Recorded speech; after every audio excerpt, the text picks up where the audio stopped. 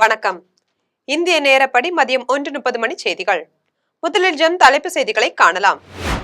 மேற்காசிய சூழலை அரசியலாக்கவும் வதந்திகளை பரப்பவும் வேண்டாம் என்று பிரதமர் மோடி வேண்டுகோள். இந்தியர்களுக்கு தேவையான உதவிகளை அன்புடன் செய்ததற்கு வளைகுடா நாடுகளுக்கு நன்றி. தமிழ்நாடு சட்டமன்ற தேர்தலில் போட்டியிடும் தமிழக வெற்றி கழக வேட்பாளர் பட்டியலை வெளியிட்டார் விஜய். கற்கொள்ளையர்களாக இல்லாமல் மக்களுக்கு காவலாக இருப்பவர்களை தேர்ந்தெடுத்துள்ளதாக பெருமிதம். மாணவர்களுக்கு 20 லட்சம் ரூபாய் பிணையமில்லா கடன் வழங்க உத்தரவாதம் அளிக்கப்படும் என்று விஜய் உறுதி. வேலையில்லா பட்டதாரி இளைஞர்களுக்கு மாதம் 4000 ரூபாய் உதவித்தொகை வழங்கப்படும் என்றும் அறிவிப்பு. சென்னை பெரம்பூர் திருச்சி கிழக்கு ஆகிய 2 தொகுதிகளில் தவேக தலைவர் விஜய் போட்டி. கொளத்தூரில் ஸ்டாலினை எதிர்த்து VS பாபு, சேப்பாக்கம் திருவல்லிக்கேணியில் உதயநிதியை எதிர்த்து செல்வம் போட்டி. குளிர்சாதன பெட்டி மட்டுமில்லாமல் ஏசி கூட வழங்குவதாக தேர்தல் அறிக்கையில் கூறுவார் என சீமான் கருத்து. வாக்குக்கு பணம் வழங்காமல் இலவசங்களை அறிவிக்காமல் திமுக தேர்தலை சந்திக்குமா என கேள்வி. இனி விரிவான செய்திகளை காணலாம். மேற்காசிய சூழலை அரசியலாக்க வேண்டாம் என்றும் வதந்திகளை பரப்ப வேண்டாம் என்றும் அரசியல் கட்சிகளையும் குடிமக்களையும் கேட்டுக்கொண்டுள்ளதாக பிரதமர் நரேந்திர மோடி கேட்டுக்கொண்டுள்ளார். பிரதமராக நரேந்திர மோடி பொறுப்பேற்றத்தில் இருந்து மனதின் குரல் என்னும் தலைப்பில் மாதந்தோறும் வானொலியில் உரையாற்றி வருகிறார். 132வது மாதமாக இன்றும் அவர் வானொலியில் உரையாற்றினார். அப்போது மேற்காசிய போர் சூழலில் வளைகுடா நாடுகளில் உள்ள 1 கோடி இந்தியர்களுக்கு தேவையான உதவிகளை செய்ததற்கு அந்நாடுகளுக்கு பிரதமர் மோடி நன்றி தெரிவித்தார். இதேபோல் உலகெங்கும் பெட்ரோல், டீசல், எரிவாயு தட்டுப்பாடு ஏற்பட்டுள்ள நிலையில் பல்வேறு நாடுகளில் இருந்து எண்ணெய், எரிவாயு ஆகியவற்றை இறக்குமதி செய்து அந்த சிக்கலை இந்தியா சமாளித்து வருவதாக குறிப்பிட்டார். இத்தகைய சூழலில் நாட்டு மக்கள் அனைவரும் ஒன்றிணைந்து அதை எதிர்கொள்ள வேண்டும் என்றும் அவர் கேட்டுக்கொண்டார். மேற்காசிய சூழலை அரசியலாக்க வேண்டாம் என்றும் இந்த சூழல் 140 கோடி இந்தியர்களின் நலனுடன் தொடர்புடையது என்பதால் எரிபொருள் தட்டுப்பாடு என்று வதந்திகளை பரப்ப வேண்டாம் என்றும் அரசியல் கட்சிகளையும் பொதுமக்களையும் பிரதமர் மோடி கேட்டுக்கொண்டார். கற்கொள்ளையர்களையும் செய்தியாளர்களை தாக்குபவர்களையும் வேட்பாளராக தேர்ந்தெடுக்காமல் மக்களோடு மக்களாக மக்களுக்கு காவலாக இருப்பவர்களை தேர்ந்தெடுத்துள்ளதாக தமிழக வெற்றி கழக தலைவர் விஜய் தெரிவித்துள்ளார். தமிழ்நாடு சட்டமன்ற தேர்தலில் போட்டியிடும் தமிழக வெற்றி கழகத்தின் வேட்பாளர்கள் அறிமுக கூட்டம் சென்னை நுங்கம்பாக்கத்தில் உள்ள விடுதியில் நடைபெற்றது. அப்போது பேசிய தவேக தலைவர் விஜய் கற்கொள்ளையர்களையும் செய்தியாளர்களை தாக்குபவர்களையும் வேட்பாளராக தேர்ந்தெடுக்காமல் மக்களோடு மக்களாக மக்களுக்கு காவலாக இருப்பவர்களை தேர்ந்தெடுத்துள்ளதாக தெரிவித்துள்ளார். இந்த வேட்பாளர்களை சட்டமன்ற உறுப்பினர்கள் ஆக்க வேண்டியது மக்களின் பொறுப்பு என்றும் குறிப்பிட்டுள்ளார். தமிழ்நாட்டில் நான்மணி போட்டியெல்லாம் இல்லை என்றும் மக்கள் நலனுக்காக தவேகவும் மக்கள் விரோத ஆட்சி செய்யும் திமுகவுக்கு இடையே இருமுனை போட்டி நிலவுவதாகவும் விஜய் கூறினார். எல்லாரும் சொல்ற மாதிரி தேர்தல்லாம் கிடையாது. இது இருமுனை போட்டி மட்டும்தான். மக்கள் கூட்டணியான நமக்கும் ஸ்டாலின் சார் கூட்டணிக்கும் மட்டும்தான் இந்த தேர்தல். வேட்பாளர் பட்டியலை விஜய் அறிவிக்கும் முன் அனைவரையும் உறுதிமொழி ஏற்றுக்கொள்ள செய்தார். அப்போது மக்களுக்காக, மக்கள் பணிக்காக மட்டுமே நான் இந்த தேர்தலில் போட்டியிடுகிறேன் என்றும், நான் வெற்றி பெற்ற பிறகு மக்கள் பணத்தில் ஒரு காசு கூட தொடமாட்டேன் என்றும், ஊழல் ஒழிப்பு, போதை ஒழிப்பு, பெண்கள் பாதுகாப்பு ஆகியவற்றுக்கு பாடுபடுவேன் என்றும், சட்டம் ஒழுங்கை பாதுகாப்பேன் என்றும், ஒரு நாளும் மக்கள் விரோத செயலில் ஈடுபட மாட்டேன் என்றும் உறுதிமொழி ஏற்க செய்தார். மக்களுக்காக, மக்கள் பணிக்காக மட்டுமே நான் இந்த தேர்தலில் போட்டியிடுகிறேன். நான் ஜெயிச்சு வந்த பிறகு மக்கள் பணத்தில் ஒரு பைசா கூட தொடமாட்டேன்.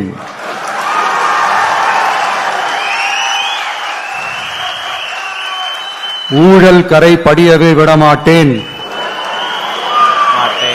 பெண்கள் பாதுகாப்பை உறுதிப்படுத்துவேன். போதையில்லா தமிழகத்தை உருவாக்குவேன். சட்டம் ஒழுங்கை சரி செய்ய துணை நிற்பேன். ஒரு நாளும் மக்கள் விரோத செயலில் ஈடுபட மாட்டேன். இது சத்தியம். தேங்க்யூ. மக்களே, இது உறுதிமொழியெல்லாம் கிடையாது, இது உத்தரவாதம். ஏழை மாணவர்கள் உயர்கல்வி கற்பதற்கு 20 லட்சம் ரூபாய் வரை பிணையமில்லா கடன் வழங்க உத்தரவாதம் அளிக்கப்படும் என்றும், வேலைவாய்ப்பு தாமத சூழலில் பட்டதாரி இளைஞர்களுக்கு மாதம் 4000 ரூபாய் உதவித்தொகை வழங்கப்படும் என்றும் தவேக தலைவர் விஜய் அறிவித்துள்ளார். சென்னை நுங்கம்பாக்கத்தில் உள்ள விடுதியில் தவேக வேட்பாளர் பட்டியலை அக்கட்சியின் தலைவர் விஜய் வெளியிட்டார். அப்போது பேசிய அவர், இந்த சட்டமன்ற தேர்தல் ஏழைகளுக்கும் ஏமாற்றுபவர்களுக்கும் உழைப்பவர்களுக்கும் சுரண்டுபவர்களுக்கும் இடையிலான தேர்தல் என கூறினார். மன்னர் ஆட்சியிலிருந்து தமிழ்நாட்டை மீட்டு மக்களாட்சி ஆக்குவதற்கு வாக்களியுங்கள் என்று மக்களை கேட்டுக்கொண்டார். தமது கட்சியின் தேர்தல் உறுதிமொழிகளாக போதை ஒழிப்பு, கல்வி உத்தரவாதம் ஆகியவற்றை அறிவித்தார். ஏழை மாணவர்கள் உயர்கல்வி கற்க 20 லட்சம் ரூபாய் வரை பிணையமில்லா கல்வி கடன் வழங்க உத்தரவாதம் அளிக்கப்படும் என்றும் அவர் கூறினார். அரசு பணியாளர், சீருடை பணியாளர், ஆசிரியர் தேர்வு வாரியங்களை ஒருங்கிணைத்து ஆட்சேர்ப்பு கால அட்டவணை வெளியிடப்படும் என்றும் கூறினார். வேலைவாய்ப்பு தாமத சூழலில் பட்டதாரி இளைஞர்களுக்கு மாதம் 4000 ரூபாயும், பட்டய படிப்பு படித்த இளைஞர்களுக்கு 2500 ரூபாயும் நலநிதியாக வழங்கப்படும் என்றும் உறுதியளித்தார். இயற்கை வளக்காவல், மரம் வளர்ப்பு உள்ளிட்ட பணிகளில் ஈடுபடும் தன்னார்வலர்களுக்கு மாதம் 18,000 ரூபாய் ஊதியம் வழங்கப்படும் என்றும் குறிப்பிட்டார். தமிழ்நாட்டின் வரலாறு, பண்பாடு ஆகியவற்றை உலக அரங்கில் பரப்புவதற்கு படைப்பாளி தொழில் முனைவோர் திட்டம் செயல்படுத்தப்படும் என்றும் 1.5 லட்சம் படைப்பாளிகளுக்கு தொடக்க மூலதனம் அளிக்கப்படும் என்றும் இதற்காக 500 படைப்பாளி பள்ளிகள் உருவாக்கப்படும் என்றும் கூறினார். உறுதிமொழிகளை நிறைவேற்றாமல் ஒரு நாளும் மக்களை ஏமாற்ற மாட்டேன் என்றும் உறுதியளித்தார். மக்கள் விரோத திமுக ஆட்சியை அகற்றி மக்களை நேசிக்கிற தமிழக வெற்றி கழகத்தை ஆட்சியில் அமர்த்த வேண்டும் என்றும் கேட்டுக்கொண்டார். ஆட்சி நடத்துற ஸ்டாலின் சார் வேணுமா, மக்களை நேசிக்கிற விஜய் வேணுமா? அவ்வளவுதான் இந்த தேர்தலே. அதனால உங்க விஜய்க்கு, உங்க அண்ணனுக்கு, உங்க தம்பிக்கு, உங்க பிள்ளைக்கு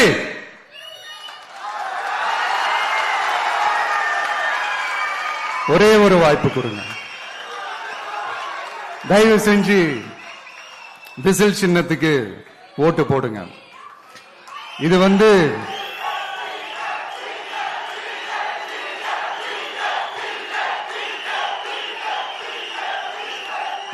ஒரு விசில் புரட்சி தேர்தலா இருக்கணும்.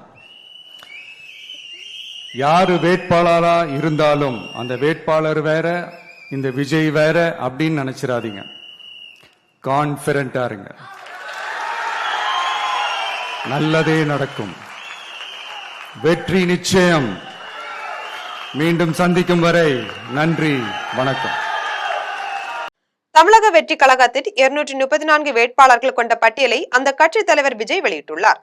சென்னை பெரம்பூர், திருச்சி கிழக்கு ஆகிய 2 தொகுதிகளில் விஜய் போட்டியிடுகிறார். தமிழ்நாடு சட்டமன்ற தேர்தலில் போட்டியிடும் தமிழக வெற்றி கழகத்தின் வேட்பாளர் பட்டியலை தலைவர் விஜய் வெளியிட்டார். அப்போது சென்னை பெரம்பூர், திருச்சி கிழக்கு என 2 சட்டமன்ற தொகுதிகளில் தான் போட்டியிடுவதாக அவர் அறிவித்தார். தியாகராய நகரில் கட்சியின் பொதுச் செயலாளர் ஆனந்தும், மயிலாப்பூரில் பொருளாளர் வெங்கட்ராமனும், வில்லிவாக்கத்தில் ஆதவ் அர்ஜுனாவும் தாவக வேட்பாளராக போட்டியிடுகின்றனர். கோபிச்செட்டிப்பாளையத்தில் செங்கோட்டையனும், திருச்செங்கோட்டில் அருண்ராஜும், திருப்பரங்குன்றத்தில் நிர்மல்குமாரும் போட்டியிடுகின்றனர். 1000 விளக்கு தொகுதியில் ஜேசிடி பிரபாகர் போட்டியிடுகிறார். கொளத்தூரில் திமுக தலைவர் ஸ்டாலினை எதிர்த்து VS பாபு போட்டியிடுகிறார். சேப்பாக்கம் தொகுதியில் உதயநிதியை எதிர்த்து செல்வம் போட்டியிடுகிறார். தேர்தல் அறிக்கையில் குளிர்சாதன பெட்டி மட்டுமில்லாமல் ஏசி கூட வழங்குவார்கள் என நாம் தமிழர் கட்சியின் ஒருங்கிணைப்பாளர் சீமான் மறைமுகமாக அதிமுகவை விமர்சித்துள்ளார். திருவள்ளூர் மாவட்டம் ஆவடி சட்டமன்ற தொகுதியில் நாம் தமிழர் கட்சி சார்பில் போட்டியிடும் வேட்பாளர் புனிதா சண்முகத்தை ஆதரித்து அக்கட்சியின் ஒருங்கிணைப்பாளர் சீமான் பிரச்சாரம் மேற்கொண்டார். இதன் பின்னர் ஒருங்கிணைப்பாளர் சீமான் செய்தியாளர்களை சந்தித்து பேசிய போது, நாம் தமிழர் கட்சி ஆட்சிக்கு வந்தால் போக்குவரத்து விதிமுறைகளை மீறி 6 முறைக்கு மேல் தவறு செய்தால் ஓட்டுநர் உரிமம் ரத்து செய்யப்படும் என்று கூறினார். திமுக மக்கள் நலன் சார்ந்த கட்சி கிடையாது என்று கூறினார். திமுக வாக்குக்கு பணம், இலவச அறிவிப்பு இல்லாமல் தேர்தலை சந்திப்பார்களா என கேள்வி எழுப்பினார். தேர்தல் அறிக்கையில் குளிர்சாதன பெட்டி மட்டும் இல்லாமல் ஏசி கூட வழங்குவார்கள் என மறைமுகமாக அதிமுகவை விமர்சித்தார். தனித்தனியா போட்டிடுவோம், வாக்கு காசு கொடுக்காம யார் வெல்வான்னு. ஆனா இப்போ டிவிகே சார்பா அந்த அனுமதிகள் மறுக்கப்படுதுன்னு சொல்றாங்க. இப்போ கணித்து 234 தொகுதிகள்லாம் போட்டியிடுறாங்க சொல்றாங்க. இப்போ அவங்க எப்படி எதிர்கொள்வாங்க? இல்ல அது இந்த நெருக்கடி அவசியமற்றது. அது ஏன் அது திரும்ப திரும்ப இந்த பேச்சு வருதுன்னு தெரியல. தேர்தல் ஆணையம் எல்லாருக்கும் கொடுக்கணும், உரிமத்தை பேசுற கொடுக்கணும். அது கொடுக்கணும். அது கொடுக்கலன்னு ஏன் அது அந்த நெருக்கடி ஏன் தருதுன்னு எனக்கும் தெரியல. ஆவடி தொகுதி அப்போ அமைச்சர் தொகுதியா இருக்கு. இந்த பகுதிக்கு உங்களால் பேசமான முன் நடவடிக்கை இவ்வளவு நேரம் ஒரு ஊரா போட்டு கட்டுறேன். என்னன்னு நாட்டையே புதிய நாடா மாத்துவேன். புரியுதா? பால்வளத்துறை அமைச்சரா இருந்தாங்கல்ல, பாலுக்கு வளம் எங்க இருக்குன்னு கேளுங்க. எங்கிருந்து வருது? ஆந்திராவில இருந்து வருது. புரியுதா? நான் வந்துட்டேன்னா அகில உலகத்துக்கே என்கிட்ட இருந்து பார்ப்போம். அருப்புக்கோட்டை சட்டமன்ற தொகுதியில் அமைச்சர் KKSSR ராமச்சந்திரன் மீண்டும் போட்டியிடுவார் என திமுக தலைவர் மு க ஸ்டாலின் தெரிவித்துள்ளார். விருதுநகர் மாவட்டம் அருப்புக்கோட்டை சட்டமன்ற தொகுதியில் அமைச்சர் KKSSR ராமச்சந்திரன் மீண்டும் போட்டியிடுவார் என திமுக தலைவரும் முதலமைச்சருமான மு.க. ஸ்டாலின் அறிவித்துள்ளார். இவர் இதுவரை 11 சட்டமன்ற தேர்தலில் போட்டியிட்டு 9 முறை சட்டமன்ற உறுப்பினராக தேர்வு செய்யப்பட்டுள்ளார். இந்த சட்டமன்ற தேர்தலிலும் 10வது முறையாக வெற்றி பெறுவார் என திமுக கட்சியினரிடையே பெரிதும் எதிர்பார்ப்பாக உள்ளது. இதையடுத்து விருதுநகர் மாவட்டம் சாத்தூர் சட்டமன்ற தொகுதியில் திமுக வேட்பாளராக முன்னாள் மாவட்ட கவுன்சிலர் கடற்கரை ராஜ் போட்டியிடுவார் என முதலமைச்சர் மு.க. ஸ்டாலின் அறிவித்துள்ளார். அதிமுக ஆட்சிக்கு வந்தால் அனைத்து குடும்ப அட்டைகளுக்கும் 1 கிலோ பருப்பு, 1 லிட்டர் சமையல் எண்ணெய் விலை இல்லாமல் வழங்கப்படும் என்று அதிமுக மகளிர் அணியின் மாவட்ட துணை செயலாளர் உஷாராணி தெரிவித்துள்ளார். சேலம் மாவட்டம் வாழப்பாடியில் ஏற்காடு சட்டமன்ற தொகுதிக்கான தேசிய ஜனநாயக கூட்டணி கட்சியின் அறிமுக கூட்டம் அதிமுக கிழக்கு மாவட்ட புறநகர் செயலாளர் இளங்கோவன், மாநில அமைப்பு செயலாளர் செம்மலை ஆகியோர் தலைமையில் நடைபெற்றது. இக்கூட்டத்தில் ஏற்காடு சட்டமன்ற தொகுதியில் அதிமுக சார்பில் போட்டியிடும் அதிமுக மகளிர் அணியின் மாவட்ட துணை செயலாளர் உஷாராணி உரையாற்றினார். அப்போது அவர் பேசிய போது தான் ஒரு மலைவாழ் மக்கள் இனத்தை சேர்ந்தவர் என்றும் தனது உடம்பில் அதிமுக ரத்தம் ஓடுவதாக என்றும் கூறினார். மேலும் அதிமுக ஆட்சிக்கு வந்தால் அனைத்து குடும்ப அட்டைகளுக்கும் 1 கிலோ பருப்பு, 1 லிட்டர் சமையல் எண்ணெய் விலை இல்லாமல் வழங்கப்படும் உள்ளிட்ட அதிமுக தேர்தல் அறிக்கையை குறித்து உரையாடினார். இதையடுத்து கூட்டணி கட்சி நிர்வாகிகள் ஏற்காடு சட்டமன்ற தொகுதியில் இரட்டை இலை சின்னத்தில் போட்டியிடும் உஷாராணியை ஆதரித்து பேசினர். தான் போலூர் தொகுதியில் வெற்றி பெற்றால் போலூர் பகுதியில் அரசு கலை கல்லூரி கொண்டு வருவேன் என்று நாம் தமிழர் கட்சியின் வேட்பாளர் உமாதேவி தெரிவித்துள்ளார். திருவண்ணாமலை மாவட்டம் களம்பூரில் போலூர் தொகுதியில் வேட்பாளராக போட்டியிடும் உமாதேவி செய்தியாளர்களை சந்தித்து பேசினார். அப்போது பேசிய அவர் தன்னை அறிமுகம் செய்து கொண்டார். தொடர்ந்து தான் போலூர் தொகுதியில் வெற்றி பெற்றால் போலூர் பகுதியில் அரசு கலைக்கல்லூரி கொண்டு வருவேன் என்றும் இயங்காமல் இருக்கும் தரணி சர்க்கரை ஆலை மீண்டும் இயங்க முயற்சி செய்வேன் என்றும் உள்ளிட்ட பல்வேறு தேர்தல் வாக்குறுதிகளை அளித்தார். இதில் அருண், அகமது வினோத்குமார், நரேஷ்குமார் உள்ளிட்ட நாம் தமிழர் கட்சி நிர்வாகிகள் கலந்து கொண்டனர். மக்களை நம்பியே தான் இந்த தேர்தலில் களமிறங்கியுள்ளதாக உழவர்கரை தொகுதியின் சுயேட்சை வேட்பாளர் சரவணன் தெரிவித்துள்ளார். புதுச்சேரி மாநிலம் ஜவஹர் நகர் பகுதியில் உள்ள ஆலயத்தில் உழவர்கரை தொகுதியின் சுயேட்சை வேட்பாளர் சரவணன் சாமி தரிசனம் செய்தார். இதன் பின்னர் இளைஞர்கள் மற்றும் பொதுமக்கள் அவருக்கு மாலை அணிவித்து மரியாதை செய்தனர். இதையடுத்து அவர் செய்தியாளர்களை சந்தித்து பேசிய போது மக்களை நம்பியேதான் இந்த தேர்தலில் களமிறங்கியுள்ளதாகவும் மக்களின் முன்னேற்றத்திற்காக முழுமையாக செயல்பட தீர்மானித்துள்ளதாகவும் தெரிவித்தார். இதன் பின்னர் அவர் ஆதரவாளர்களுடன் இணைந்து வீடு வீடாக சென்று குக்கர் சின்னத்திற்கு வாக்குகளை சேகரித்தார். இந்நிகழ்வில் உள்ளூர் இளைஞர்கள், சமூக ஆர்வலர்கள் மற்றும் பொதுமக்கள் பலர் கலந்து கொண்டனர். உழவர் தொகுதி மக்களோட பேர் ஆதரவோட இன்னைக்கு இங்க இருக்கிறவங்க எல்லாரோட ஆசீர்வாதத்தோடையும் மக்கள் வேட்பாளராக இன்னைக்கு உழவர் தொகுதியில நான் இருந்த எல்லா கட்சி பொறுப்பையும் விலகிட்டு இன்னைக்கு எல்லா பதவியும் உதவிட்டு இன்னைக்கு உழவர் தொகுதி மக்களை முழுக்கையா இன்னைக்கு இருக்கிற தாய்மார்களையும் சகோதர சகோதரிகளை நம்பி நான் இன்னைக்கு உங்க கூட இருக்கிறேன்னு சொன்னேன். இவங்க இத்தனை பேரோட ஆதரவை நம்பி இன்னைக்கு நான் சுயேட்சா போட்டிடுறேன்.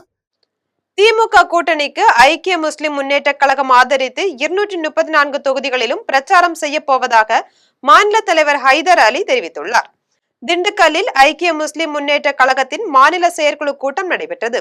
இதில் திமுக கூட்டணிக்கு ஆதரவு அளிப்பது என ஒருமனதாக செயற்குழு கூட்டத்தில் தீர்மானம் நிறைவேற்றப்பட்டது.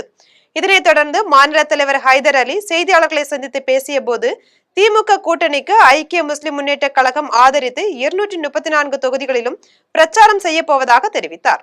ஈரானில் இஸ்ரேல் ஏவுகணை தாக்குதலில் 162 குழந்தைகள் உயிர் மாய்க்கம் செய்யப்பட்டதற்கு பிரதமர் நரேந்திர மோடி கண்டனம் தெரிவிக்காமல் இருப்பது கண்டனத்துக்குரியது என்றும் கூறினார். திண்டுக்கல்லில் செய்தியாளர்களை சந்திப்பதிலே நான் மகிழ்ச்சி கொள்கிறேன். உங்கள் அனைவருக்கும் இறைவனின் சாந்தியும் சமாதானமும் உண்டாகட்டும் என்று பிரார்த்திக்கிறேன். 2026 தமிழ்நாட்டினுடைய பொது தேர்தலில் இன்றைக்கு தமிழகம் எதிர்நோக்கி இருக்கிற இந்த தருணத்தில் பல அணிகள் இன்றைக்கு தேர்தலிலே போட்டி போடுகிறார்கள். திராவிட முன்னேற்றக் கழகம், காங்கிரஸ், ஏனைய சமூக நீதி இயக்கங்கள் எல்லாம் ஓரணியிலையும். தூத்துக்குடி, சென்னை இடையே இரவு விமான சேவை இன்று முதல் தொடங்கப்படுகிறது. அதேபோல் விமானம் புறப்படும் நேரமும் மாற்றப்பட்டுள்ளது. தூத்துக்குடி விமான நிலையம் விரிவாக்கம் செய்யப்பட்டு பிரதமர் மோடி திறந்து வைத்தார். இங்கு பெரிய விமானங்கள் தரையிறங்குவதற்கான அனைத்து வசதிகளும் செய்யப்பட்டுள்ளன. அதேபோல் இரவு நேர விமான சேவைக்கான வசதிகளும் ஏற்படுத்தப்பட்டுள்ளன. தனியார் விமான நிறுவனம் மூலம் தூத்துக்குடி, சென்னை இடையே காலை 8 மணி, பகல் 11:25 மணி, பிற்பகல் 1:50 மணி, மாலை 4:15 மணி ஆகிய 4 விமான சேவையும், தூத்துக்குடி பெங்களூர் இடையே நண்பகல் 12:15 மணிக்கு ஒரு விமான சேவையும் வழங்கப்பட்டு வருகிறது. நாள்தோறும் 5 விமானங்கள் தூத்துக்குடி விமான நிலையத்துக்கு வந்து செல்கின்றன. இந்நிலையில் தூத்துக்குடி சென்னை இடையே இரவு நேர விமான சேவையை தனியார் விமான நிறுவனம் இன்று முதல் தொடங்குகிறது.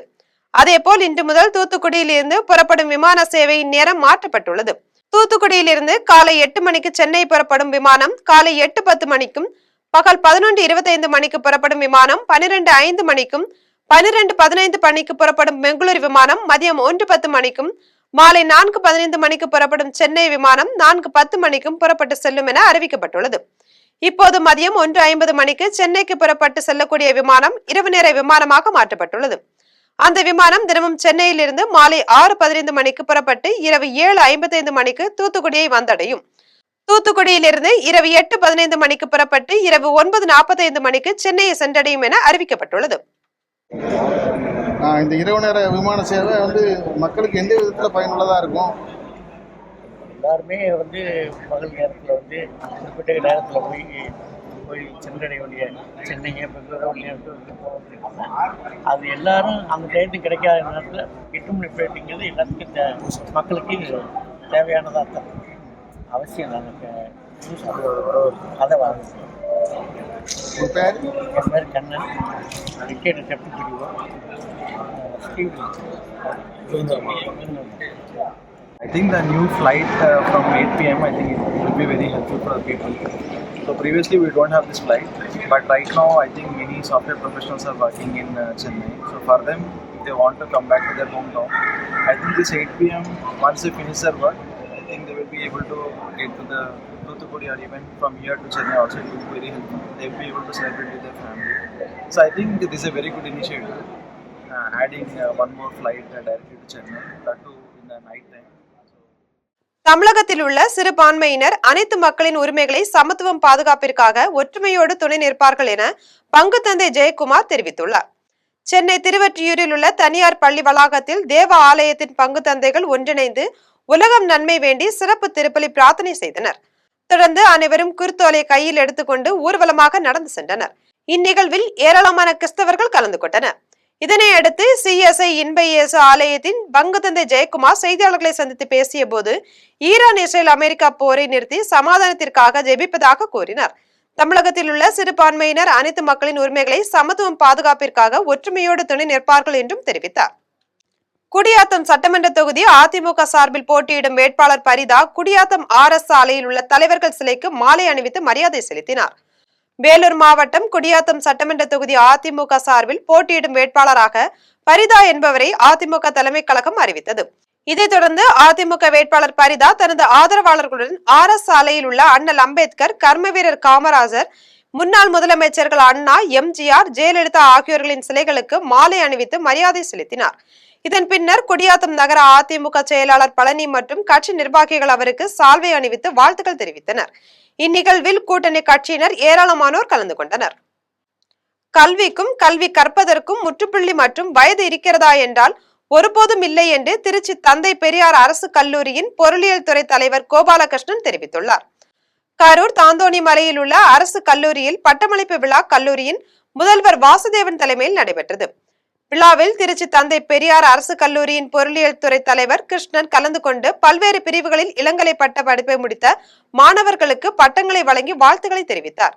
தொடர்ந்து அவர் விழாவில் பேசிய போது பள்ளியும் கல்லூரியும் ஒரு மனிதனை மனிதனாக ஆக்குவதற்கு தான் உருவாக்கப்பட்டது.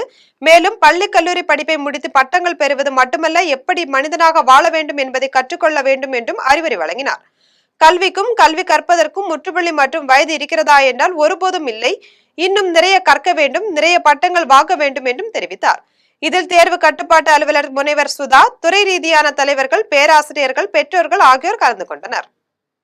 நாகப்பட்டினத்தில் சமையல் எரிவாயு தட்டுப்பாட்டினால் உணவு கடைகள் மூடப்பட்டுள்ள நிலையில் தொழிலாளர்கள் மற்றும் உரிமையாளர்கள் கடும் வேதனையில் உள்ளனர். நாகப்பட்டினம் மாவட்டத்தில் சமையல் எரிவாயு தட்டுப்பாட்டினால் உணவகங்கள், தேநீர் கடைகள், கேட்டரிங் தொழில்கள் கடுமையாக பாதிக்கப்பட்டுள்ளன.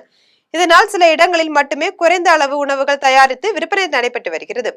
இதில் குறிப்பாக ஃபாஸ்ட் ஃபுட் போன்ற அதிக எரிபொருள் தேவையான உணவுகள் தயாரிப்பு முற்றிலும் நிறுத்தப்பட்டுள்ளது.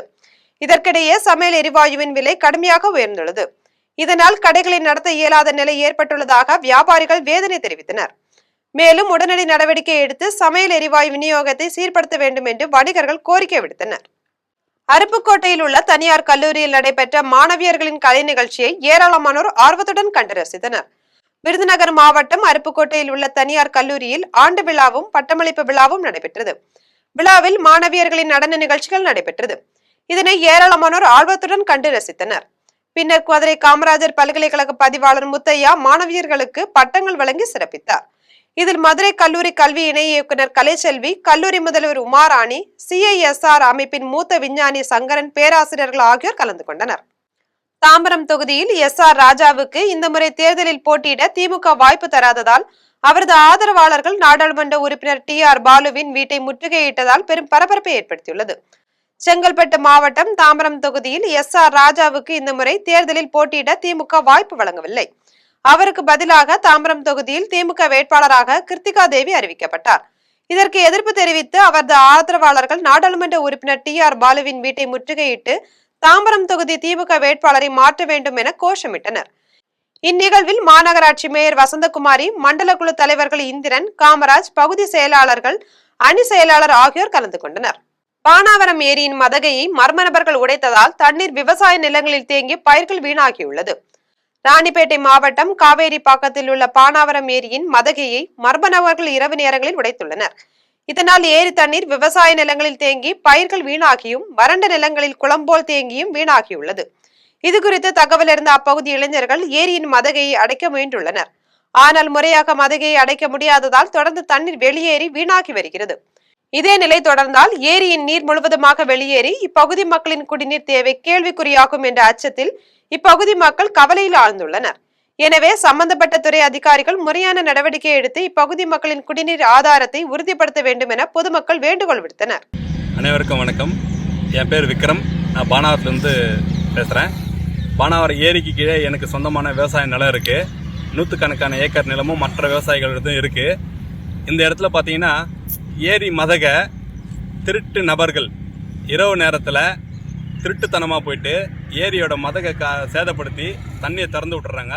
இதனால 100கணக்கான விவசாய நிலங்கள் தண்ணீரில் மூழ்கி பாதிப்படையுது. திமுக வேட்பாளர் பட்டியல் அறிவிக்கப்பட்டுள்ளதை புதுக்கோட்டையில் கட்சி தொண்டர்கள் இனிப்பு வழங்கி கொண்டாடியுள்ளனர். புதுக்கோட்டை மாவட்டத்தில் உள்ள 6 சட்டமன்ற தொகுதிகளில் கந்தர்வக்கோட்டையை மார்க்சிஸ்ட் கம்யூனிஸ்ட் கட்சிக்கும், அறந்தாங்கியை காங்கிரசுக்கும் திமுக ஒதுக்கியுள்ளது. மீதமுள்ள 4 தொகுதிகளில் திருமயத்தில் அமைச்சர் ரகுபதி, ஆலங்குடியில் அமைச்சர் மெய்யநாதன், புதுக்கோட்டையில் இப்போதைய சட்டமன்ற உறுப்பினர் முத்துராஜா, விராலிமலையில் திமுக வடக்கு மாவட்ட செயலாளர் செல்லப்பாண்டியன் ஆகியோர் வேட்பாளர்களாக அறிவிக்கப்பட்டுள்ளனர். வேட்பாளர்கள் அறிவிப்பை தொடர்ந்து புதுக்கோட்டை வடக்கு ராஜ வீதியில் உள்ள திமுக மாவட்ட அலுவலகத்தில் கட்சி தொண்டர்கள் இனிப்புகள் வழங்கி கொண்டாடினர். ஈரோடு மாவட்டம் அந்தியூர் தொகுதியில் திமுக சார்பில் கள்ளிப்பட்டியை சேர்ந்த சிவபாலனை வேட்பாளராக அறிவித்துள்ளனர். தமிழ்நாடு சட்டமன்ற தேர்தலில் போட்டியிடும் திமுக வேட்பாளர் பட்டியலை அக்கட்சியின் தலைவர் ஸ்டாலின் நேற்று வெளியிட்டார். அந்தியூர் சட்டமன்ற தொகுதியின் வேட்பாளராக அறிவிக்கப்பட்டுள்ள சிவபாலன் கள்ளிப்பட்டி அருகே உள்ள அரசபாளையத்தை சேர்ந்தவர். இவர் தொடக்க கல்வியை கரூரிலும், BCom பட்டப்படிப்பை கோவை BLG கல்லூரியிலும் படித்துள்ளார். இவருக்கு சுதா என்ற மனைவியும் 2 மகள்களும் உள்ளனர். இவர் தனக்கு சொந்தமான நிலத்தில் விவசாயம் செய்து வருவதுடன் கட்டுமான பொருட்கள் விற்பனை செய்து வருகிறார். 2010ஆம் ஆண்டு திமுகவில் உறுப்பினரான இவர் மாணவரணி செயலாளராகி 2022ஆம் ஆண்டு முதல் TN பாளையம் ஒன்றிய செயலாளராக உள்ளார். இப்போது அந்தியூர் சட்டமன்ற தொகுதி திமுக வேட்பாளராக அறிவிக்கப்பட்டுள்ளார். தமிழகத்தில் 2.5 கோடி இளைஞர்களுக்கு வேலை வாய்ப்புகள் அளிக்க முடியும் என்று பொள்ளாச்சியை சேர்ந்த சிவசுரேஷ் தெரிவித்துள்ளார். கோவை மாவட்டம் பொள்ளாச்சியை சேர்ந்த சிவசுரேஷ் இளைஞர் மக்கள் இயக்கத்தின் வாயிலாக பல்வேறு சமூக நல திட்டங்களை செயல்படுத்தி வருகிறார். தமிழகத்தில் சட்டமன்ற தேர்தலையொட்டி அரசியல் கட்சியினர் இலவச திட்டங்களை அறிவித்துள்ளதை அவர் எதிர்த்துள்ளார். இளைஞர்களுக்கு வேலை வாய்ப்புகளை உருவாக்க வேண்டும் என்று தெரிவித்துள்ளார். கோவையில் செய்தியாளர்களிடம் பேசிய சிவசுரேஷ், தமிழ்நாட்டில் 234 சட்டமன்ற தொகுதிகளிலும் தனித்தனி வேலை வாய்ப்பு மற்றும் வளர்ச்சி மையங்களை உருவாக்கி 2.5 கோடி வேலை வாய்ப்புகளை உருவாக்கும் மாபெரும் திட்டத்தை விரைவில் செயல்படுத்த இருப்பதாக தெரிவித்தார். என்னோட பெயர் சிவசுரேஷ். கோயம்புத்தூர் மாவட்டத்தில் பொள்ளாச்சியில் பிறந்த ஒரு நம்மில் ஒருவன் தான். இளைஞர்களுக்கு வேலை வாய்ப்பு உருவாக்க கொடுக்கறது தான் எங்களுடைய திட்டம், மெயின் திட்டமாக உள்ளது. இளைஞர் மக்கள் இயக்கம் என்ற இயக்கத்தில் ஆல்ரெடி நாங்கள் நிறைய சர்வீஸ் நாங்கள் பண்ணியிருக்கோம். அது இல்லாமல் பார்த்திங்கன்னா அண்டு 2842 பேர் பார்த்திங்கன்னா ஹார்ட் சர்ஜரி அண்டு இருதய நோய்க்கான சர்ஜரி நாங்கள் பண்ணி கொடுத்துருக்கோம். அது இல்லாமல் வேலை வாய்ப்புகள் அங்கங்கே நாங்கள் ஏற்படுத்தி கிட்டத்தட்ட ஒரு 450 பேருக்கு நாங்கள் வேலை வாய்ப்பு உருவாக்கி நாங்கள் கொடுத்துருக்கோம்.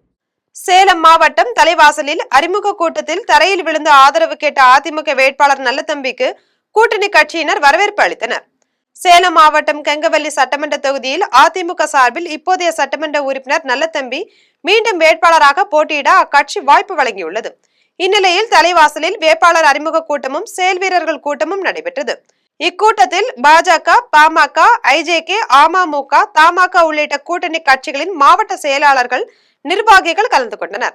தொடர்ந்து வேட்பாளர் நல்லதம்பியை சேலம் புறநகர் மாவட்ட அதிமுக செயலாளர் இளங்கோவன் அறிமுகம் செய்து வைத்தார். அப்போது வேட்பாளர் நல்லதம்பி மீண்டும் தனக்கு ஆதரவு தர வேண்டும் என தரையில் விழுந்து வணங்கி ஆதரவை கேட்டுக்கொண்டார். திமுகவில் ஒரே கட்டமாக வேட்பாளர் அறிவிக்கப்பட்டதை தொடர்ந்து விழுப்புரத்தில் திமுகவினர் பொதுமக்களுக்கு இனிப்புகளை வழங்கி கொண்டாடினர். விழுப்புரம் மாவட்டத்தில் மொத்தம் 7 தொகுதிகள் உள்ளன. திமுக வேட்பாளர்கள் 5 தொகுதிகளில் போட்டியிடுகின்றனர். விழுப்புரத்தில் லட்சுமணனும், வானூரில் கௌதம் திராவிடமணியும், செஞ்சியில் மஸ்தானும், விக்கிரவாண்டியில் அன்னியூர் சிவாவும், திருக்கோவிலூர் கௌதம சிகாமணியும் வேட்பாளராக அறிவிக்கப்பட்டுள்ளனர். இதையடுத்து விழுப்புரம் நகர செயலாளர்கள் சர்க்கரை, வெற்றிவேல் ஆகியோர் தலைமையில் காந்தி சிலை முன் இனிப்புகள் வழங்கி கொண்டாடினர். தூத்துக்குடி மாவட்டத்தில் 85 வயதுக்கு மேற்பட்ட வாக்காளர்களில் 2894 பேர் நேரடியாக வாக்குச்சாவடிக்கு செல்லாமல் வீட்டிலிருந்தே வாக்களிக்க விருப்பம் தெரிவித்துள்ளனர். அதேபோல் மாற்றுத்திறனாளிகள் 2422 பேர் வீட்டிலிருந்தே வாக்களிக்க விருப்பம் தெரிவித்துள்ளனர். சட்டமன்ற தேர்தலை முன்னிட்டு தூத்துக்குடி மாவட்ட வாக்குச்சாவடிகளில் பணியாற்றும் அலுவலர்களுக்கான முதற்கட்ட பயிற்சி முகாம் நடைபெற்றது. கோவில்பட்டி சட்டமன்ற தொகுதிக்குட்பட்ட பாண்டவர் மங்கலம் நாடான மேல்நிலைப் பள்ளியில் நடைபெற்ற பயிற்சி வகுப்பை மாவட்ட தேர்தல் அலுவலரும் மாவட்ட ஆட்சியருமான இளம் பகவத் நேரில் சென்று பார்வையிட்டு ஆலோசனைகளை வழங்கினார். அதன் பின் செய்தியாளர்களிடம் பேசிய அவர், தூத்துக்குடி மாவட்டத்தில் 85 வயதுக்கும் மேற்பட்ட வாக்காளர்கள் 2894 பேர் நேரடியாக வாக்குச்சாவடிக்கு செல்லாமல் வீட்டிலிருந்தே வாக்களிக்க 2894 பேர் விருப்பம் தெரிவித்துள்ளதாக கூறினார். அதேபோல் மாற்றுத்திறனாளிகள் 2422 பேர் வீட்டிலிருந்தே வாக்களிக்க விருப்பம் தெரிவித்துள்ளதாகவும் கூறினார். வருகின்ற தமிழ்நாடு சட்டப்பேரவைக்கான பொது தேர்தலை முன்னிட்டு தூத்துக்குடி மாவட்டத்தில் தேர்தல் பணிகளில் ஈடுபட உள்ள அலுவலர்களுக்கான பயிற்சி இன்று நடைபெற்று வருகிறது. 6 சட்டப்பேரவை தொகுதிகளிலும் அந்த தேர்தல் பணி செய்யக்கூடிய அலுவலர்கள், குறிப்பாக ஆசிரியர்கள் நிறைய பேர் இந்த பயிற்சி வகுப்பில் கலந்து கொண்டிருக்கிறார்கள். 9200க்கும் மேற்பட்ட பணியாளர்கள் இந்த பயிற்சி வகுப்பில் பங்கேற்கிறார்கள். அவர்களுக்கான முழுமையான தேர்தல் தயாரிப்பு பயிற்சிகளை இப்பொழுது அளித்து வருகிறோம். நமது தூத்துக்குடி மாவட்டத்தை பொறுத்தவரை ஒட்டுமொத்தமாக இருக்கக்கூடிய 6 தொகுதிகளிலும் மாதிரி நடத்தை விதிமுறைகள் தேர்தல் அறிவிக்கப்பட்ட நாள் முதல் செயல்பாட்டிற்கு வந்திருக்கின்றன. அதன் காரணமாக பல்வேறு இடங்களில் பறக்கும் படைகள் மற்றும் நிலை கண்காணிப்பு குழுக்கள் சோதனை நடத்தி வருகிறார்கள். வாகன சோதனைகள் நடத்துவதன் மூலமாக இதுநாள் வரை 52,69,000 ரூபாய் அளவிற்கான பணம் கணக்கில் வராத, கணக்கு காட்ட முடியாத பணங்கள் பறிமுதல் செய்யப்பட்டிருக்கிறது. சமையல் எரிவாயு தட்டுப்பாட்டால் திருவள்ளூர், காஞ்சிபுரம், செங்கல்பட்டு மாவட்டங்களில் உள்ள 1000க்கும் மேற்பட்ட தொழிற்சாலைகளில் பணியாற்றுகிற 12 லட்சம் தொழிலாளர்களுக்கு உணவளிப்பதில் சிக்கல் ஏற்பட்டுள்ளது. காஞ்சிபுரம் மாவட்டம் திருப்பெரும்புதூரில் உள்ள தமிழ்நாடு கேட்டரிங் சர்வீஸ் சங்கத்தின் ஆலோசனை கூட்டம் நடைபெற்றது. அப்போது பேசிய நிர்வாகிகள், திருவள்ளூர், காஞ்சிபுரம், செங்கல்பட்டு ஆகிய 3 மாவட்டங்களில் 1000க்கும் மேற்பட்ட தொழிற்சாலைகளில் 12 லட்சத்துக்கும் மேற்பட்ட தொழிலாளர்கள் வேலை பார்ப்பதாக தெரிவித்தனர். இவர்களுக்கு உணவளிக்க 180 கேட்டரிங் சர்வீஸ்கள் பணியாற்றுவதாகவும் இவற்றில் 30,000 குடும்பங்கள் வேலை செய்வதாகவும் தெரிவித்தனர். சமையல் எரிவாயு சிலிண்டர் தட்டுப்பாட்டால் 12 லட்சம் பேருக்கு உணவளிப்பதில் சிக்கல் உள்ளதாகவும் அதன் காரணமாக கேட்டரிங் சர்வீஸில் பணியாற்றுவோருக்கு ஊதியம் வழங்க முடியவில்லை என்றும் தெரிவித்தனர். இதனால் எரிவாயு தட்டுப்பாட்டை போக்க மத்திய, மாநில அரசுகள் நடவடிக்கை எடுக்க வேண்டும் என்று கோரிக்கை விடுத்துள்ளனர். இப்போ இதை நம்பி ஒரு 30,000 குடும்பங்கள் எங்களை நம்பி வேலை பார்க்குறாங்க. இப்போ என்ன ஆகுறது அப்படின்னா, கேஸ் ரொம்ப தட்டுப்பாடாக இருக்குது. இதனால எங்களால் அன்றாடம் தொழில்கள் பண்ணுறதுல ரொம்ப சிரமமாக இருக்குது. இப்போது இது எங்களுக்கு கேஸ் நல்லபடியாக கிடைச்சாதான் நாங்கள் இந்த 12,000 பேருக்கு சாப்பாடு கொடுக்க முடியும். எங்களை நம்பி இருக்க 30,000 குடும்பங்களுக்கு நாங்கள் நல்லபடியாக அவங்களுக்கு சம்பளம் கொடுத்து நாங்கள் அவங்களை நல்லபடியாக பார்த்துக்க முடியும். இப்போது இது கல்லூரி, பள்ளிகள், மருத்துவமனைகளுக்கெல்லாம் இம்பார்ட்டன்ட் கொடுத்து கேஸ் கொடுக்குற மாதிரி அரசாங்கம் எங்களுக்கும் கொஞ்சம் பண்ணாங்கன்னா நல்லா இருக்கும். மகாராஷ்டிரா மாநிலம் பூனேயில் இருந்து கோவைக்கு ரயில் மூலம் போதை மாத்திரைகள் கடத்தி வந்த 6 பேரை கைது செய்துள்ள காவல்துறையினர் அவர்களிடமிருந்து 1200 போதை மாத்திரைகளை பறிமுதல் செய்தனர். மகாராஷ்டிரா மாநிலம் பூனேயில் இருந்து கோவைக்கு ரயிலில் போதை மாத்திரைகள் கடத்தி வரப்படுவதாக மாவட்ட காவல் கண்காணிப்பாளருக்கு தகவல் கிடைத்தது. இதையடுத்து வாணியம்பாடி ரயில் நிலையத்திலும் பேருந்து நிலையத்திலும் சோதனையில் ஈடுபட்டனர். அப்போது ரயில் நிலையத்திலிருந்து பேருந்து நிலையம் நோக்கி வந்த இளைஞர்களை பிடித்து விசாரித்தனர். அவர்கள் கோவை மாவட்டத்தை சேர்ந்த பிரசாந்த், பிரதாப், ஹாரிஸ், அஸ்வின், ஆகாஷ், மற்றொரு பிரசாந்த் என தெரியவந்தது. இவர்கள் 6 பேரும் பூனேவில் மலிவான விலைக்கு போதை மாத்திரைகளை வாங்கி ரயில் மூலம் கொண்டு வந்து தமிழகத்தில் பல்வேறு மாவட்டங்களில் ஒரு மாத்திரை 300 ரூபாய்க்கு விற்பதாக தெரிய வந்தது. இந்த போதை மாத்திரைகளை பயன்படுத்துபவருக்கு பக்கவாதம் உள்ளிட்ட எதிர்வினைகள் ஏற்படும் என்று கூறப்படுகிறது. இதனைத் தொடர்ந்து 6 பேர் மீதும் வாணியம்பாடி காவல்துறையினர் வழக்கு பதிந்து அவர்களிடமிருந்து 1200 போதை மாத்திரைகளை பறிமுதல் செய்தனர். பின்னர் அவர்களை நீதிமன்றத்தில் நிறுத்தி சிறையில் அடைத்தனர். சட்டமன்ற தேர்தலில் போட்டியிட குடியாத்தம் தொகுதி தேமுதிகவிற்கு ஒதுக்கப்பட்டுள்ளதை தேமுதிகவினர் பட்டாசு வெடித்து பொதுமக்களுக்கு இனிப்புகள் வழங்கி கொண்டாடினர். வேலூர் மாவட்டம் குடியாத்தம் சட்டமன்ற தொகுதி திமுக கூட்டணியில் உள்ள தேமுதிகவிற்கு ஒதுக்கப்பட்டுள்ளது. இதையொட்டி தேமுதிக நகர் செயலாளர் செல்வகுமார் தலைமையில் தேமுதிகவினர் பட்டாசுகள் வெடித்து பொதுமக்களுக்கு இனிப்புகளை வழங்கி கொண்டாடினர். இந்நிகழ்வில் மாவட்ட துணை செயலாளர்கள் ரமணி, லோகநாதன், ஒன்றிய செயலாளர்கள் உமாகாந்த், மணிகண்டன், ஹரிபாபு உள்ளிட்ட நிர்வாகிகள் கலந்து கொண்டனர். தாராபுரத்தில் சட்டவிரோதமாக கஞ்சா வைத்திருந்த இளைஞரை காவல்துறையினர் கைது செய்து 2 கிலோ கஞ்சாவை பறிமுதல் செய்தனர். திருப்பூர் மாவட்டம் பொள்ளாச்சி சாலையில் தாராபுரம் குற்றப்பிரிவு காவல்துறையினர் ரோந்து பணியில் ஈடுபட்டிருந்தனர். அப்போது சந்தேகத்திற்கிடமாக நின்றிருந்த ஒருவரை காவல்துறையினர் விசாரணைக்காக பிடித்து சோதனை செய்தனர். இதில் அவர் வைத்திருந்த பையில் 2 கிலோ அளவிலான கஞ்சா இருப்பது தெரியவந்தது. இதையடுத்து அவரிடமிருந்து கஞ்சாவை பறிமுதல் செய்து அவரை கைது செய்து விசாரணை மேற்கொண்டனர். விசாரணையில் பீகார் மாநிலத்தை சேர்ந்த பிரமோத் சாகனி என்பதும் தற்போது திருப்பூர் மாவட்டம் பல்லடத்தில் தங்கி வேலை செய்வதும் தெரியவந்தது. நாகர்கோவில் அருகே லாரியை வழிமறித்து லாரியின் உரிமையாளர் மற்றும் டிரைவரை தாக்கிய கும்பலை கண்காணிப்பு கேமரா காட்சிகளை கொண்டு வடசேரி காவல்துறையினர் தீவிரமாக தேடி வருகின்றனர். கன்னியாகுமரி மாவட்டம் நுள்ளிவளை பகுதியை சேர்ந்தவர் ராபின்சன். இவர் கடந்த சில தினங்களுக்கு முன் சொந்தமாக புதிய லாரி ஒன்றை வாங்கியுள்ளார். இதன் பின்னர் அவர் முருகன் என்ற டிரைவருடன் ராதாபுரம் பகுதியில் உள்ள கல்குவாரிக்கு சென்று ஜல்லி கற்களை ஏற்றிக்கொண்டு சொந்த ஊருக்கு திரும்பியுள்ளார். இதில் புத்தேரிக்குளம் அருகே புதிதாக பணி நடக்கும் 4 வழி சாலைக்குள் சென்றபோது அங்கு லாரி கும்பல் லாரியை வழிமறித்தனர். இந்த வழியாக உள்ளூர் லாரிகளை மட்டும்தான் அனுமதிப்போம் என கூறி வாக்குவாதத்தில் ஈடுபட்டனர். அந்த கும்பலை சேர்ந்த இருவரை ராபின்சனை சரமரியாக தாக்கினார். இதையடுத்து காயமடைந்த ராபின்சன் சிகிச்சைக்காக ஆசாரிப்பள்ளம் மருத்துவமனையில் அனுமதிக்கப்பட்டார். லாரியில் பொருத்தப்பட்டிருந்த கண்காணிப்பு கேமரா காட்சிகள் அடிப்படையில் வடசேரி காவல்துறையினர் மர்ம கும்பலை தீவிரமாக தேடி வருகின்றனர். துரந்தர் படம் குறித்து அமீர் கூறியுள்ள கருத்துக்கு திரைப்பட இயக்குனர் மோகன்ஜி கண்டனம் தெரிவித்துள்ளார். திருப்பத்தூர் மாவட்டம் நாற்றம்பள்ளியில் இந்து முன்னணி மாவட்ட செயலாளர் பிரபு தலைமையில் விஸ்வ இந்து பரிசு சார்பில் ராமநவமி ஆன்மீக பிரச்சாரம் நடைபெற்றது. இதில் திரைப்பட இயக்குனர் மோகன்ஜி கலந்து கொண்டு பேசினார். அப்போது துரந்தர் படம் குறித்து அமீர் வெளியிட்ட கருத்துக்கு அவர் கண்டனம் தெரிவித்தார். இந்த நிகழ்ச்சியின் முடிவில் அனைவருக்கும் அன்னதானம் வழங்கப்பட்டது. இனி வருவது திரையுலக செய்திகள். தற்போது எல்லாமே பிரச்சாரமாக மாறியுள்ளது என்றும் அது நினைவுகளில் தாக்கத்தை ஏற்படுத்தும் சக்தி கொண்டது என்றும் மறைமுகமாக இயக்குனர் வெற்றிமாறன் துரந்தர் 2 படத்தினை விமர்சித்துள்ளார். துரந்தர் படத்தின் 2ஆம் பாகம் கடந்த 19ஆம் தேதி வெளியானது. இப்படத்தில் பாகிஸ்தானிடம் இந்திய ரூபாய் நோட்டுகளை அடிக்கும் அச்சுகள் கிடைத்து கள்ள நோட்டு புழக்கம் இந்தியாவில் அதிகரித்த நிலையில் அதை தடுக்கவே பிரதமர் மோடி பண மதிப்பிழப்பு நடவடிக்கை எடுத்ததாக படத்தில் தெரிவித்தது. இது தொடர்பாக நீலிரா படை நிகழ்ச்சியில் இயக்குனர் வெற்றிமாறன் பேசிய போது தற்போது எல்லாமே பிரச்சாரமாக மாறியுள்ளது என்றும் அது நினைவுகளில் தாக்கத்தை ஏற்படுத்தும் சக்தி கொண்டது என்றும் மறைமுகமாக துரந்தர் 2 படத்தினை விமர்சித்தார். பண பதிப்பின் போது எவ்வளவு பேர் பணத்தை பெற வரிசையில் நின்று செத்து போனார்கள் என அனைவருக்கும் தெரியும் என்றார். அவதூறு பிரச்சாரத்திற்கு எதிராக நாம் செய்ய வேண்டியது நம் நினைவுகளை சரியான வகையில் வடிவமைக்க வேண்டும் என்றும் வலியுறுத்தினார். இனி வருவது உலக செய்திகள்.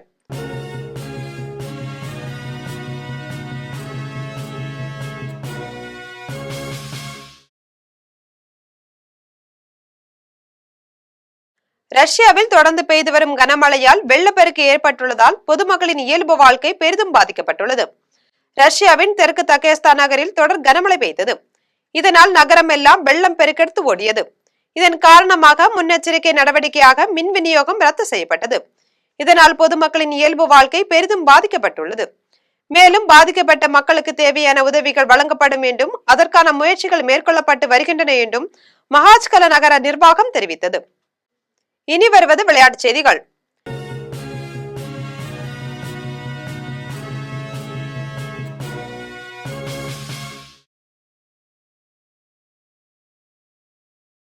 மியாமி ஓபன் டென்னிஸ் தொடரின் இறுதி சுற்று போட்டியில் பெலாரஸின் அரினா சபலென்கா சிறப்பாக விளையாடி சாம்பியன் பட்டத்தை வென்று அசத்தியுள்ளார். அமெரிக்காவின் புளோரிடா நகரில் மியாமி ஓபன் டென்னிஸ் தொடரின் பெண்கள் ஒற்றையர் பிரிவின் இறுதி சுற்று போட்டி நடைபெற்றது. இதில் பெலாரஸின் அரினா சபலென்கா அமெரிக்காவின் கோகோ காப்புடன் மோதினார். போட்டியில் மிகவும் சிறப்பாக விளையாடிய சபலென்கா முதல் செட்டை 6-2 என வென்றார். இதற்கு பதிலடியாக கோகோ காப் இரண்டாவது செட்டை 6-4 என வென்று சமன் செய்தார். இதையடுத்து வெற்றியாளரை நிர்ணயிக்கும் மூன்றாவது செட்டை சபலென்கா 6-3 என கைப்பற்றி சாம்பியன் பட்டத்தை வென்று அசத்தினார். மீண்டும் தலைப்புச் செய்திகள். மேற்காசிய சூழலை அரசியலாக்கவும் வதந்திகளை பரப்பவும் வேண்டாம் என்று பிரதமர் மோடி வேண்டுகோள். இந்தியர்களுக்கு தேவையான உதவிகளை அன்புடன் செய்ததற்கு வளைகுடா நாடுகளுக்கு நன்றி. தமிழ்நாடு சட்டமன்ற தேர்தலில் போட்டியிடும் தமிழக வெற்றி கழக வேட்பாளர் பட்டியலை வெளியிட்டார் விஜய். கற்கொள்ளையர்களாக இல்லாமல் மக்களுக்கு காவலாக இருப்பவர்களை தேர்ந்தெடுத்துள்ளதாக பெருமிதம். மாணவர்களுக்கு 20 லட்சம் ரூபாய் பிணையமில்லா கடன் வழங்க உத்தரவாதம் அளிக்கப்படும் என்று விஜய் உறுதி. வேலையில்லா பட்டதாரி இளைஞர்களுக்கு மாதம் 4000 ரூபாய் உதவித்தொகை வழங்கப்படும் என்றும் அறிவிப்பு. சென்னை பெரம்பூர் திருச்சி கிழக்கு ஆகிய 2 தொகுதிகளில் தாவேகா தலைவர் விஜய் போட்டி. கொளத்தூரில் ஸ்டாலினை எதிர்த்து VS பாபு, சேப்பாக்கம் திருவல்லிக்கேணியில் உதயநிதியை எதிர்த்து செல்வம் போட்டி. குளிர்சாதன பெட்டி மட்டுமில்லாமல் ஏசி கூட வழங்குவதாக தேர்தல் அறிக்கையில் கூறுவார் என சீமான் கருத்து. வாக்குக்கு பணம் வழங்காமல் இலவசங்களை அறிவிக்காமல் திமுக தேர்தலை சந்திக்குமா என கேள்வி. இத்துடன் ஜெம் செய்திகள் நிறைவடைகின்றன. மீண்டும் ஜெம் செய்திகள் இரவு 6 மணிக்கு. உடனுக்குடன் செய்திகளை காண GemLive.tv என்ற இணையதளத்தில் இணைந்திருங்கள். நன்றி, வணக்கம்.